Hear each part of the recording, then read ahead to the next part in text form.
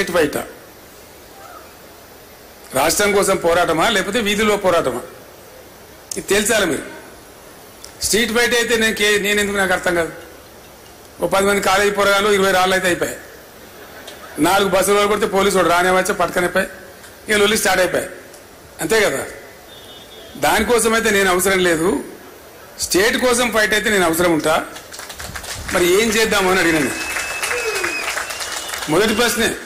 మొట్టమొదటి ప్రశ్నే అది. వ్యూహం లేకుండా పందా లేకుండానే కదా 69లో విఫలమైనాం.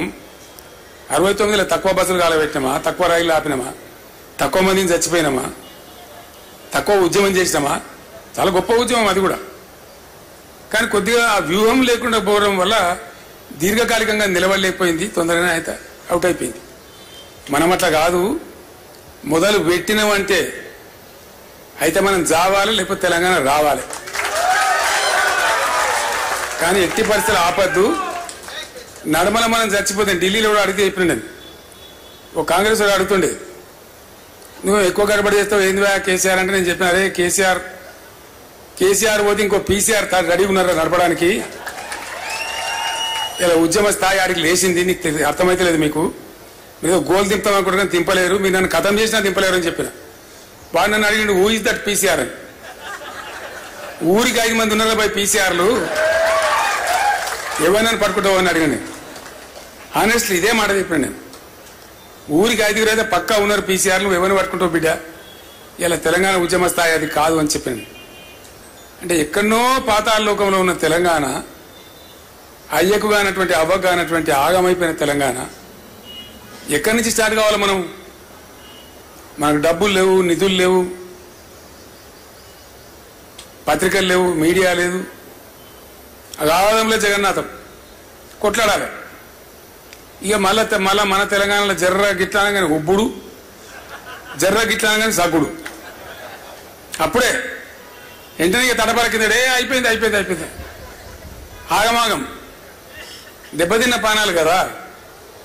కాబట్టి అప్పటి నుంచి నిజాం కాలం నుంచి, జమీందారుల కాలం నుంచి కూడా అనేక బాధలు అనుభవించిన సమాజం కాబట్టి అపనమ్మకం ఎక్కువ, అవిశ్వాసం ఎక్కువ. ఉద్యమం స్టార్ట్ చేసే ముందు మీకు చాలా మందికి తెలియదు, ఉద్యమం 2001లో స్టార్ట్ అయిందని మీరు అనుకుంటారు. యాక్చువల్లీ ఉద్యమం స్టార్ట్ అయింది 99లోనే. 99 చివరి నుంచి 2000 సంవత్సరం అంతా కూడా బ్రెయిన్ స్టార్మింగ్, విపరీతమైనటువంటి బ్రెయిన్ స్టార్మింగ్. 1000 గంటలు. నిమ్మ నరసింహారెడ్డి గారు ఉండే నా సహచరుడు, మా సిద్దిపేట వాసే, రాత్రి 3 అవుతుండే మాట్లాడుకుంటూ కూర్చుంటే. ఆ విధంగా వేలాది గంటలు. ఏంది లైన్, ఏంది కథ, ఏంది ఎట్లా పోవాలి, ఏ స్టేజ్కి ఎక్కడికి చేరుతాం, అట్లా చేరానంటే ఏం చేయాలి, మన ఎత్తుగడ ఏముండాలి, ప్రభుత్వాలు ఏం చేస్తాయి అని చాలా మదనపడి పాటలు రాస్తున్నాం. పాటల క్యాసెట్ తయారైంది 2000 సంవత్సరంలోనే. జెండా తయారైంది కూడా 2000 సంవత్సరంలోనే. చాలా మంది తెలియదు 2001లో అనుకుంటారు. కాదు, ఇయర్ 2000లోనే.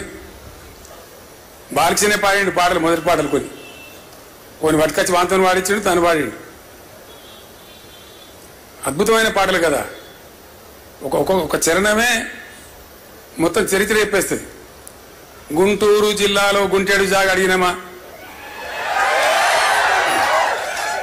విజయవాడ పట్టణంలో వీసమెత్తు కోరినమా, మా తెలంగాణ వాళ్ళమంతా మేలుకున్నాము, మా తెలంగాణ మేమే ఏలుకుంటాము. అప్పుడు ఇట్లుండేటి పాటలు. ఒక 2 చరణాలలో మొత్తం తెలంగాణకు సోయి వస్తుంది మనసు పెట్టి వింటే. అంటే అంత ఆలోచన చేసింది. ఒక పాట రాయాలన్నా, ఒక మాట మాట్లాడాలన్నా, ఒక సెంటెన్స్ మాట్లాడాలన్నా కూడా చాలా జాగ్రత్తగా డ్రాఫ్ట్ చేసి మాట్లాడేది. ఒక పాట రాస్తుంటే నేను చెప్పిన, సుద్దాల అశోక్ రాస్తా ఉన్నాడు, ఆయనకు రాయవస్తలేదు, మంచి రచయిత, ఈ 4 లైన్లు పడతలేవు సార్ అన్నాడు. ఏందా అంటే, మన పండుగలు మనదంతా చెప్పాలి సార్, కొంచెం మంచిగా చెప్పాలి. ఏం పండుగలు చెప్పాలనుకుంటున్నా, నువ్వు ఇదంతా చెప్పాలనుకుంటున్నా అంటే నేను చెప్పిన, ఏం లేదు రాయి, నేను చెప్తా రాయని చెప్పి. పోషమ్మ బోనాల శివసత్తులాట, మనసంతమే కదా బతుకమ్మ పాట అని చెప్పింది. అటే రాసి పడేసి సూపర్ హిట్ అయింది అది. అట్లా ఇంకో పాట రాస్తున్నాం, ఇది తెలంగాణ అనే పాట. ఫస్ట్ సాంగ్ అది, అదే లేపింది తెలంగాణ అంతటి. రాసేటప్పుడు ఆనాడు ఉన్నటువంటి పరిస్థితి మీకు అర్థం కావాలని నేను చెప్తా ఉన్నా.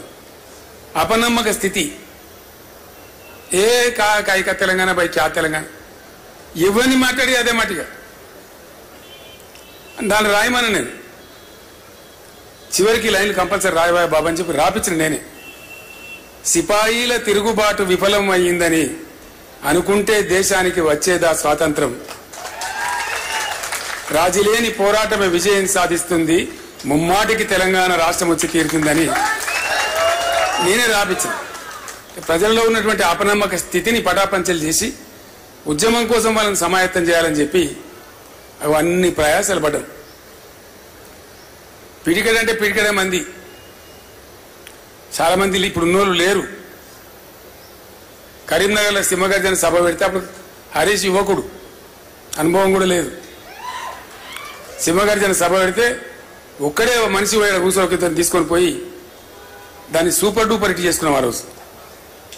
ఆ ఎర్రటి ఎండల మే నెలలో ఆ రోజులు జ్ఞాపకం వస్తే ఒకటొకటి ఇలా కళ్ళకు నీళ్ళు కూడా వస్తాయి. ఆ తదనంతర పరిణామాలలో ఎందరో మంది మిత్రులు, ఎందరో గొప్ప గొప్ప వాళ్ళు, విద్యాసాగర్ రావు గారు, కళ్యాణ్ యాదగిరి రెడ్డి గారు ఇప్పుడు కూడా నా పక్కకు ఉన్నారా అనిపిస్తుంది. వాళ్ళు బాధ కలిగితే దుఃఖం వస్తుంది. వాళ్ళు పాపం తెలంగాణ వచ్చే కొద్ది రోజుల ముందే చనిపోయినారు. అయ్యో ఈ 4 రోజులు ఉంటే బాగుండు కదా, చూసి చచ్చిపోదురు, తృప్తి పడతారని చెప్పి మేము కూడా ఏడ్చినాం మనసులో ఎన్నోసార్లు. అంత బాధలు పడ్డాం. అట్లాంటి ఉద్యమాన్ని చాలా చాలా చాలా కష్టాలు పడి మీకు నేను చెప్పే అవసరం లేదు. కథలో మీరు కథానాయకులే చాలామంది, మీకు అన్ని తెలుసు.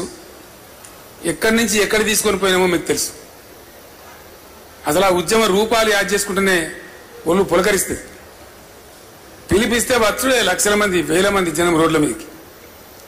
వంట వార్పు అంటే పోయి వెట్టుడే రోడ్ల మీద. ఎక్కడికక్కడ అసలు మామూలు ఉద్యమం కాదది. ప్రజల్లో విశ్వాసం పాదుకొలిపి ప్రజలు నింబడేసుకొని చాలా బ్రహ్మాండమైనటువంటి ఒక ఉద్యమ రూపాన్ని ఒక పక్కన, దానికి రాజకీయ స్వరూపాన్ని మరో పక్కన. మొదలైన నా మున్న పదవులను ఇసిరి కొట్టి స్టార్ట్ చేసిన మూమెంట్. అంతకుముందు ఏంటంటే వీళ్ళు 2 బదనాములు పెట్టే తెలంగాణ మీద.